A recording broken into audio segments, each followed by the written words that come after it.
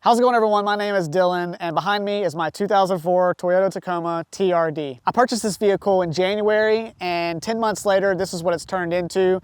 I'm going to be showing you a complete build-out walkthrough of the vehicle today, so let's get into it. So this truck has a pretty cool story behind it. This was actually my grandfather-in-law's truck that he bought brand new from the dealership in 2004. It's completely spec'd out besides having a sunroof. It's got the full e-locker, four-wheel drive obviously, it's double cab, short bed. When I got it in January, believe it or not, it only had 65,000 miles. So it's definitely a unicorn in the first gen Tacoma world. I put a lot of work into it, honestly, and when I got it in January, it was fully bone stock. So what you see right now today has been the work of about 10 months. All right, so first we're gonna start with the exterior of the vehicle. I'm gonna kind of work my way from the bottom up, and then we're gonna move into the interior of the vehicle. So starting with the very bottom of the vehicle, we have our tire of choice, which is the BFG KO2. They are technically a 285/70/17. That is considered a 33-inch tire, but BFGs actually run a little short. So it's about a ½ inch short, so I would say it's really a true size, a 32.5. And my wheels of choice are these black race lines. It really brings the overall aesthetic of the truck together, especially with all my other black accents.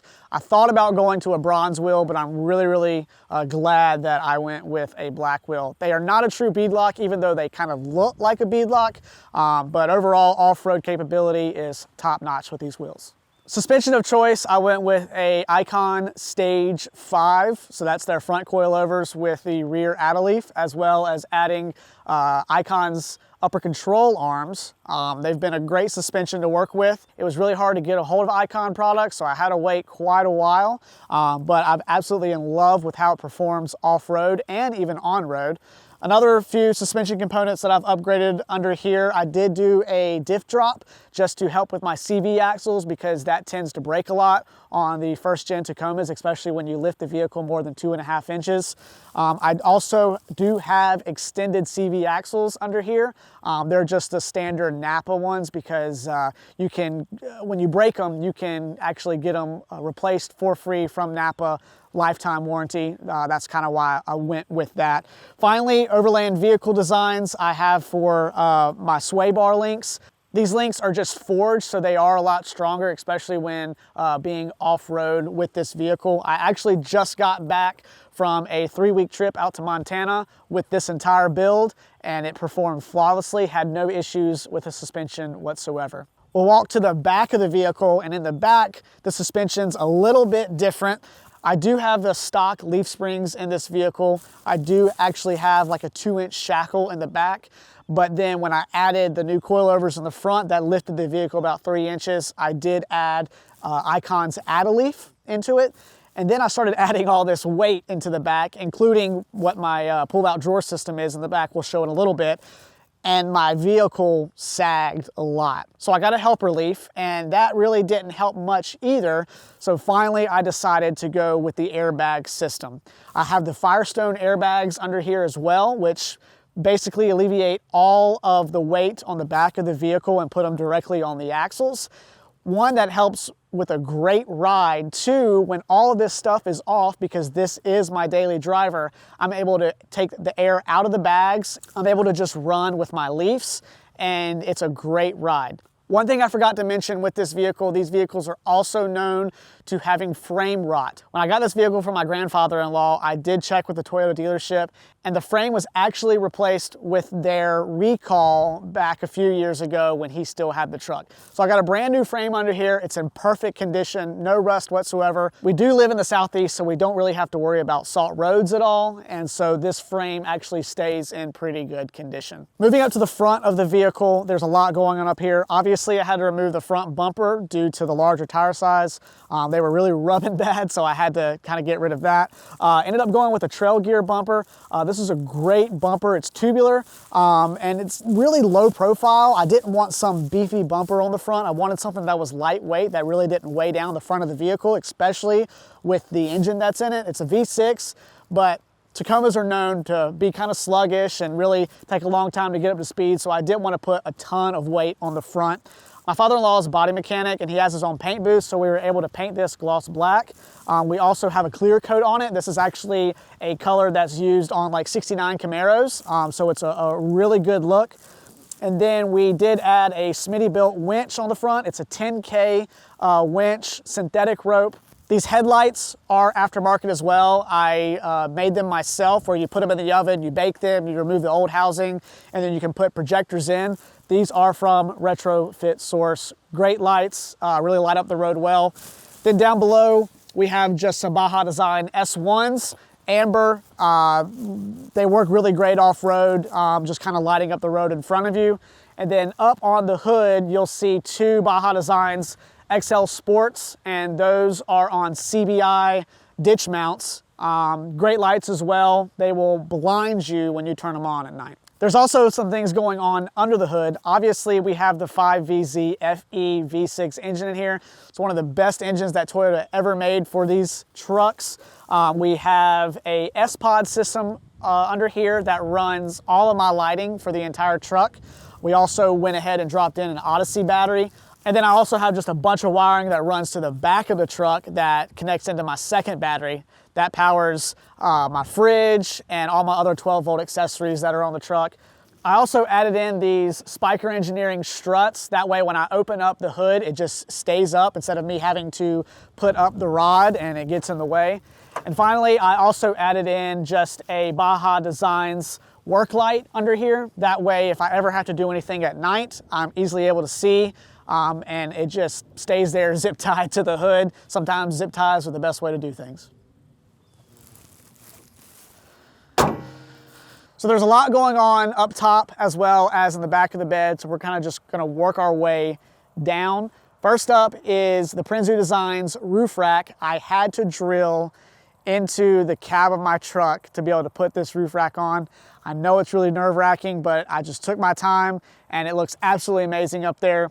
First thing that's attached to it is the Renogy 100-watt solar panel. We'll talk a little bit more about this in a little bit once we move into the back of the truck. Next, I have two Max Tracks that are just up here, kind of tied down. Everything's locked up here, so I don't have to worry about anyone kind of taking anything. Finally, I have just a Pelican case that has all my recovery gear. We have straps, we have a breaker bar, we have some chains, just different little recovery gear things that we need whenever we're trying to get a vehicle unstuck. Moving to the back of the truck, underneath the rack is a soft topper. And then when I knew I wanted a soft topper, I wanted a rack that went over a soft topper. And there's not a lot of racks out there. So I found a newer company called Extrusion Overland, and they make racks that go over a lot of different soft tops as well as your bed slides in the back of a truck. So I went with them. Great rack, great company, great people to work with. Like I said, they're a new company, but their customer service is out of this world. So Extrusion Overland makes my rack. Of course, we got the Rotopack that carries 3.5 gallons of gas. We got my water port, which obviously you can pressurize.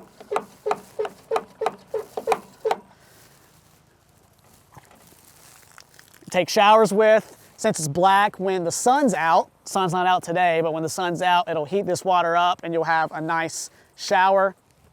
Then up top, we have our Rome Adventure Vagabond tent. It's about a queen size mattress. Me and my wife sleep up there very comfortably. We'll move on to the other side of the vehicle real quick, just to kind of show some things on this side. Not much going on. But first we have our Midland antenna up here. That's for my GMRS radio that's in the vehicle. Then we just have a power tank that will air up my tires when we go off-road. And then the last thing attached onto the rack is this power tank mount for a 5-pound propane tank. I decided to go with a 5-pound propane tank. That way I didn't have to carry those little 1-pound ones. I can just get out of the car, plug this into my little Coleman stove, and we're rocking and rolling with cooking. So moving on to the back, I built a custom drawer slide system. I went online and looked at all the Goose Gear products and was like, wow, those are amazing, but they're really expensive. So I ended up sourcing my own materials. I saw that they use mainly extrusion material, 80/20 aluminum. So I got all that custom cut for me and built this. It's got 500-pound drawer slides. So I'm able to pull these out fully and put all of my gear in it. This was usually like our miscellaneous gear. On the other side was our cooking gear for when we are out on trips. Of course, I've got a pull-out fridge. This fridge is from our friends over at Camco. Great fridge. We've really enjoyed it for the past about 6 months now. It's actually lived full-time in the vehicle for the past 3 months, and it stayed on constantly. So we haven't had any issues with it whatsoever. It's also on a Camco fridge slide. These are really made for RVs, but we've kind of adapted it for overlanding, and it's been great so far. Obviously, you're probably wondering, well, how are you powering all this? In the very back, underneath this 3/4 inch plywood, I've got a full Renogy system that has 100 amp hours of battery. And then it's got a inverter back there, a 1,000-watt inverter. With that 1,000-watt inverter, I do have a 120 outlet, so I can plug in regular household appliances, as well as a bunch of 12-volt and USB outlets back here that I can power electronics, charge things of that nature. Even if the truck is off for a full week, with the solar panel, as long as we have sun, it can run the fridge and my electronics indefinitely, and I really never have to worry about the battery dying in the back. The battery is also self-heating. That way, whenever the temperature drops below, I believe, 45 degrees, it will turn on some coils inside the battery and keep the battery warm. Lithium batteries do not like cold weather, so being able to keep that battery warm allows me to still power these electronics as well as charge the battery when it's cold outside. And then I built this cubby in the side of where the wheel well is, just because it's kind of unused space. It's hard to put a drawer there. With that, I have my bottle jack in there. That way, if I ever have to do any repairs on the road, I keep a propane hose there to hook into my propane tank, and then just some electrical cables in case I ever need to charge any electronics on the road. So when I daily drive this vehicle, obviously I don't have all the camping stuff in here all the time. So usually what I store in here is all my tools and air tools. I exclusively use Blue Ridge Overland gear bags. So for here, I have all of my tools that I need to use on the vehicle. I actually went through all the manuals and found every single size bolt and tool that needed to be used on this vehicle. So it's all in here. I don't have any extra tools that fit other vehicles, only tools that fit this vehicle in particular. And then I have a bag for all my air tools. So I have hoses, gauges, things of that nature that all work with my power tank, gloves, jumper cables, and then I got a backup battery as well. That way, if my starter battery ever dies, I can plug this in and start my truck up. So just like the outside, with a lot going on, there is a lot going on the interior as well. But one of my main goals with the interior was to keep it as clutter-free as possible. I didn't want a lot of wires going everywhere. And I also wanted to retain the first gen interior image as well as I could. So things that I did were maybe extra in terms of how to do an interior, but I'm pretty OCD when it comes to keeping things clean and tidy. We'll start up top here, of course, with the Blue Ridge Overland gear bags that I have in the back of the truck. I also have their visor. It's just easy for me to be able to throw stuff into here and close it up, and it's not kind of going all over the vehicle. Coming down here is the controller for my S-Pod system. This controls all of my lights as well as my GMRS radio. This is a great thing to have. Of course, it is on a ram mount and a little ram ball that goes into where the screw is for this pull handle. It's a great little system to have right here. Behind the steering wheel here, you really can't see it, but it's an ultra gauge. These trucks don't have a lot of diagnostic on the dash, so I like to kind of keep an eye on my temperatures and everything. That way too, if the truck does throw a code, I'm able to diagnose it and be able to see what that code is for the truck. Up top here, I just have a little Fiesta blanket. These dashes are known to crack, so I kind of keep a blanket up here so the sun's not always beating down on this. I'm trying to make this truck last as long as possible, including the interior, so that's why I have that there. Also up top, I have a little ram mount track that I installed. Usually I don't run all this stuff. I have this set up just for this video. Usually I only have the ram mount phone mount, but I also have a mount for our GoPro as well as our InReach Mini from Garmin. This all has power running to it. As you can see, that then runs behind the radio into the S-Pod system, so I'm able to power up the power ports on that and keep all that stuff powered so I don't have to worry about batteries running out. Moving down, I have a magnetic mic where the passenger airbag light used to be. I've just screwed that in right here, and I'll show you how that works here in a second. Down below that, I did install a touchscreen stereo that has Apple CarPlay on it. I love my Apple CarPlay, so when I got this truck, I wanted to make sure I had a system that worked with Apple CarPlay.